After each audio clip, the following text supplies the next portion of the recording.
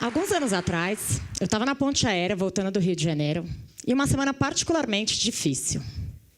Era uma época que eu não me alimentava bem, não dormia bem, e eu vivia uma das épocas mais difíceis da minha vida profissional. Quando eu entrei no avião e sentei, fiz o óbvio, abri o computador para trabalhar. Logo a aeromoça veio me pedindo para fechar, dizendo que o voo estava lotado e que não era permitido, na verdade, dizendo que eu estava na saída de emergência e que não era permitido o uso de computadores. Eu tentei mudar de assento, obviamente, mas o voo estava lotado. E então, como de costume, eu já estava pronta para colocar o meu fone de ouvido, quando eu escutei a seguinte frase: por que você não aproveita esses 40 minutos para você? Eles não vão mudar nada na sua vida. Quando virei, um homem simpático sorriu e continuou dizendo: sabe que eu já mudei do Brasil faz um tempo, mas me assusta, cada vez que eu venho para cá, ver as pessoas trabalhando e vivendo nesse ritmo e ver que eu vivia exatamente assim. Eu fiquei envergonhada, tentei jogar o assunto para o esporte, maratona, bicicleta, mas logo ele me perguntou: e o computador, hein? O que tem nele de tão importante? Eu contei que trabalhava no LinkedIn e ele me perguntou se eu conhecia o Oswaldo, que era o nosso CEO na época. Eu disse, claro. De onde você conhece ele? Então ele me disse: eu vim desse mercado. Fui eu que trouxe o Google e o Facebook para o Brasil. Gente, eu fiquei desesperada. 1000 conexões passaram na minha cabeça, pessoas, frases, notícias. Eu sabia quem tinha trazido o Google e o Facebook para o Brasil. Esse cara era uma referência para mim. Mesmo super empolgada, naquele momento eu contive a minha surpresa, agi naturalmente e disse: ah, você é o Rohagen? E ele me disse: sou. O fato de eu não saber quem era ele me deixou mais à vontade para eu ser eu mesma. Pelo menos até aquele momento, né? A gente falou sobre diversos assuntos: startups, empreendedorismo, projetos sociais, Google, Facebook, Instagram. Podia dizer que eu tinha ido para a Europa. Mas já chegando em São Paulo, eu pensei: o que eu poderia perguntar para esse cara que, de alguma forma, poderia mudar a minha carreira? Então, criei coragem e disse: o que você olha antes de contratar alguém? Entendendo que ele deveria ter contratado um time muito bom para essas empresas estarem onde elas estão hoje. E ele me disse que eu olhava basicamente 5 coisas, mas que tinha uma que chamava muita atenção dele, que era entender quem era aquela pessoa fora do ambiente de trabalho. Ele me contou, então, um caso de quando ele contratou uma pessoa para o Google, para a área financeira, que era um palhaço fora do escritório, e disse que aquilo tinha chamado muita atenção dele. Eu aproveitei e contei que no LinkedIn, todos os meses, a gente tem uma reunião com todos os funcionários da empresa, em que os novatos têm que ir lá na frente se apresentar e contar algo que não está no perfil do LinkedIn deles, que era uma maneira parecida de descobrir essa habilidade. E já na fila do táxi, nos despedindo, então, ele me perguntou: e me dizem, o que é que não está no seu perfil do LinkedIn? Eu fiquei um pouco sem graça, não sabia muito o que falar, e acabei contando sobre um hobby novo que eu tinha na época, e disse que era DJ. O que eu não podia imaginar é que ele ia virar super empolgado e dizer: mentira, eu também sou DJ. E foi nesse dia, no caminho de volta para casa, que eu comecei a pensar sobre o profissional do futuro. Na verdade, mais ainda sobre eu, como uma profissional do futuro. Não é novidade para ninguém que a tecnologia está mudando o mundo e nos levando para um futuro ainda desconhecido. Nos próximos anos, a inteligência artificial vai excluir centenas de milhares de pessoas do mercado de trabalho. E esse é um problema em escala global que vai afetar a economia de todos os países. E se, por um lado, já existe um movimento para esse assunto, me assusta ver que a maioria das pessoas não fazem ideia sequer do tamanho dessa ruptura tecnológica que está para acontecer. E eu não estou falando de algo que vai acontecer daqui a 200 anos. É uma mudança que já começou e vai se intensificar demais nos próximos 10 ou 20 anos. A substituição de emprego por robôs e softwares tem sido tema de diversos estudos. E um deles, da Universidade de Oxford, aponta que aproximadamente 47% dos empregos tendem a desaparecer nos próximos 20 anos. E aqui eu não estou falando só de motoristas, operadores de telemarketing e corretores. Professores, médicos e advogados também estão nessa lista. Atualmente, um site chamado WebMD, que é uma coleção de sites de saúde em que as pessoas podem fazer consultas online, recebe mais visitas do que todos os médicos dos Estados Unidos. Já no mundo das disputas judiciais, todos os anos, mais de 60 milhões de desacordos entre comerciantes do eBay são resolvidos através de resolução de disputas online, ou seja, robôs, ao invés de advogados e juízes.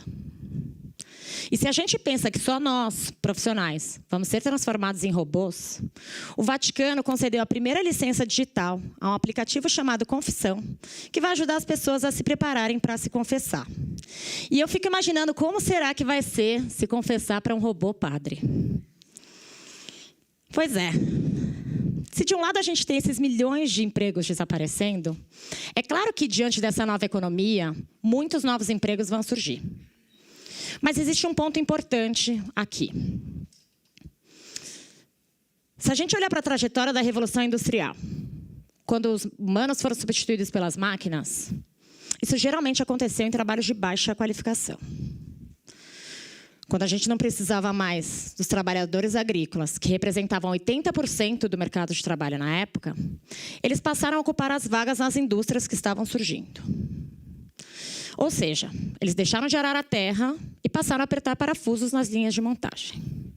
Quando esses empregos das linhas de montagem começaram a ser automatizados também, eles passaram da linha de montagem para serviços de baixa qualificação, que é onde essas pessoas estão hoje. Ou seja, até aqui a gente sempre deu um jeito, né? Agora, quando as pessoas dizem que haverá novos empregos do futuro, e que os humanos podem ser melhores do que a inteligência artificial, e que os humanos podem ser melhores do que os robôs, essas pessoas geralmente pensam em trabalhos de alta qualificação, como pessoas que vão trabalhar com robótica, com gamificação, com realidade aumentada. Eu não vejo como um motorista de caminhão desempregado, aos 50 anos, que perdeu seu emprego para veículos autônomos, nem como um caixa de supermercado que não teve oportunidade de estudo, vai se reinventar diante desses empregos do futuro, que vão exigir uma alta qualificação.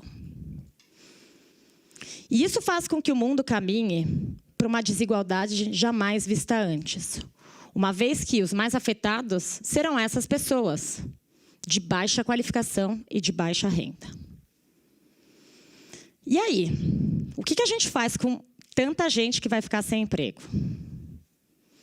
Muita gente diz que a solução para isso é a possibilidade de se criar uma renda básica universal, ou seja, oferecer uma renda básica para qualquer adulto, independente dessa pessoa trabalhar ou não.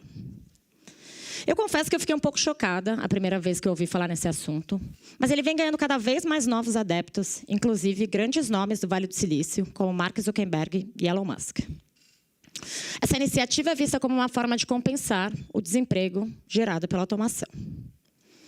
Só que aqui não está claro o que é universal, nem o que é básico. Quando a gente fala renda básica universal, a gente pensa, na verdade, em um problema de forma nacional para um problema que é global. E eu vou dar um exemplo aqui para a gente entender melhor isso. Imaginem vocês que a inteligência artificial e as impressoras 3D vão excluir milhões de trabalhadores escravos em Bangladesh. Quem vai pagar a renda básica deles? Será que os Estados Unidos e Europa vão recolher imposto do Google, da Amazon, da Apple e vão usar esse dinheiro para pagar a renda básica dos bengaleses? Eu não sei o que vocês acham disso, mas eu particularmente não acho que isso vai acontecer. E aqui também não está claro o que é básico quando a gente fala em renda básica universal. O que é básico para vocês? Quais são as necessidades básicas do ser humano? Algumas pessoas vão dizer que alimento e abrigo são suficientes. Já outras vão dizer, educação tem que fazer parte desse pacote. Mas se a gente falar de educação, de quanto tempo a gente está falando? 6 anos? 12 anos? PhD? Quando as pessoas perdem a sua empregabilidade, a única coisa que vai lhes restar é a renda básica universal. Então, o que compõe essa cesta é uma questão ética muito delicada. A gente está falando do provável surgimento de uma enorme classe de pessoas ociosas. E aí eu fico pensando, será que essas pessoas que reclamam tanto do trabalho vão ficar felizes com essa possibilidade? Ou será que doenças como estresse, depressão, obesidade, e até suicídio vão se agravar ainda mais diante dessa falta do que fazer. Então, como a gente se prepara para esse mundo que a gente nem sabe ainda bem qual vai ser? Afinal, quais são os empregos do futuro? Detetive de dados? Psicólogo de robôs?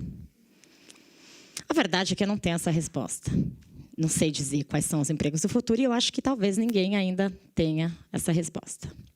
Do mesmo jeito que 10, 12 anos atrás, a gente não sabia que iam existir youtubers, motoristas de Uber, desenvolvedores de aplicativo, jogadores de League of Legends, a gente também não tem como dizer quais serão os empregos do futuro.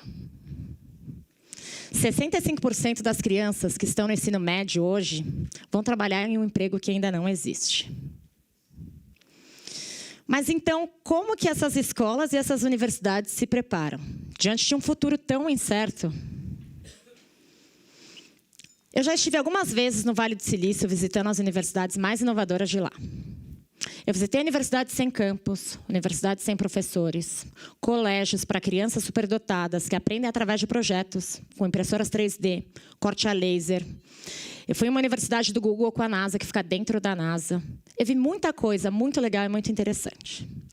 Mas uma das que mais me chamou a atenção foi uma escola chamada Minerva School, em que, além de várias coisas super legais que eles têm um foco muito grande em desenvolver as habilidades comportamentais de seus alunos. Foi lá uma das primeiras vezes na vida que eu ouvi dizer que as habilidades do futuro não serão as habilidades técnicas, e sim as habilidades comportamentais. Uma vez que, com a inteligência artificial, os robôs poderiam aprender quase qualquer habilidade técnica que a gente tem hoje, mas, ao menos não tão cedo, poderiam desenvolver as suas habilidades comportamentais. O World Economic Forum reforçou esse insight quando listou e apresentou ali quais serão as 10 habilidades mais importantes para o profissional do futuro. E confirmou que todas elas, sem exceção, serão habilidades comportamentais e não técnicas. Em outras palavras, para ser bem-sucedido, esse profissional do futuro vai ter que saber como pensar e não mais o que pensar. A maioria das escolas e das universidades hoje nos ensinam o que pensar e não como pensar.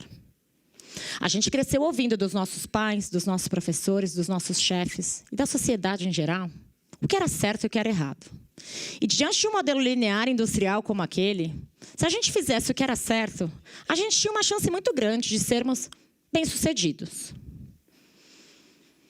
Já na era digital, decorar nomes e fórmulas já não faz mais sentido. As respostas estão prontas na internet. Isso não quer dizer que a gente não vai ter que se desenvolver tecnicamente. A gente vai, sim, ter que desenvolver essas habilidades. E a chance delas estarem ligadas à tecnologia e à codificação é enorme. Porém, a velocidade da mudança das coisas vai ser tão grande que essas habilidades técnicas vão ter um prazo de validade muito curto. Em outras palavras, esse profissional do futuro, então, vai ter que ser um long life learner. Ou seja, ele vai ter que aprender para sempre. Aquela história de que a gente vai estudar até os 20 e poucos anos, e aí a gente vai entrar no mercado de trabalho, e aí a gente vai fazer algumas pequenas pausas para uma MBA ou para uma pós-graduação, não vão mais fazer nenhum sentido diante dessa nova economia. Dizem, inclusive, que esse profissional do futuro vai ter aproximadamente até 5 carreiras ao longo da vida. Isso se elas não acontecerem ao mesmo tempo. O futurista Alvin Toffler disse que o analfabeto do século XXI não será aquele que não sabe ler e escrever. Sim, aquele que não souber aprender, a desaprender e a reaprender. É claro que isso tudo são possibilidades. Mas o que eu sinto é que, independente do que vai acontecer no futuro, nós, humanos, hoje, estamos ficando cada vez melhores em compreender o cérebro e a inteligência. Mas a gente está evoluindo cada vez menos a nossa consciência. E as pessoas confundem inteligência e consciência. Inteligência é a capacidade de resolver problemas. E consciência é a capacidade de sentir. A gente está criando inteligência artificial, mas a gente não está criando consciência artificial. Dizem que no ano de 2029, um computador vai se tornar tão inteligente quanto nós, seres humanos. E que em 2045, um único computador vai ser mais inteligente do que toda a humanidade junta. Porém, não há nenhum indício de que esses computadores vão se tornar conscientes, ao menos tão cedo. Eles não vão poder sentir. E se é isso que vai diferenciar a gente dos computadores, isso que vai diferenciar a gente dos robôs, a gente tem que começar a desenvolver mais a consciência humana. A gente está cada vez mais desenvolvendo o nosso externo e esquecendo de olhar para dentro da gente.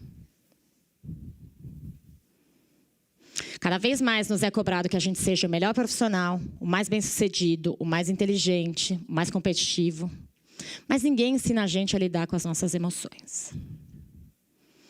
E se a gente não aprender e não entender que a felicidade não está em ter, e sim em ser, a gente vai continuar criando mais e mais robôs humanos. Pois não é preciso ser um robô para agir como um. Então, hoje, quando eu penso, quem será o profissional do futuro? Quem serei eu como profissional do futuro? Para mim, o profissional do futuro vai sim desenvolver as habilidades externas. Mas se ele não desenvolver os skills internos e conseguir equilibrar isso dentro dele, a chance dele viver uma vida medíocre e infeliz será muito grande.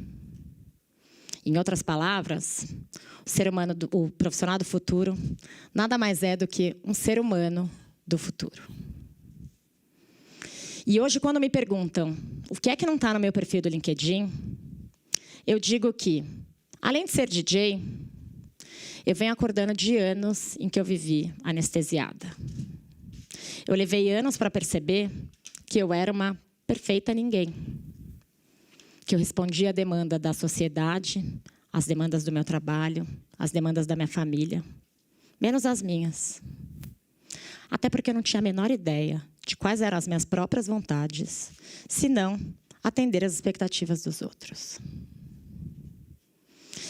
E hoje, quando me perguntam o que é que me fez acordar de tudo isso, foi o amor.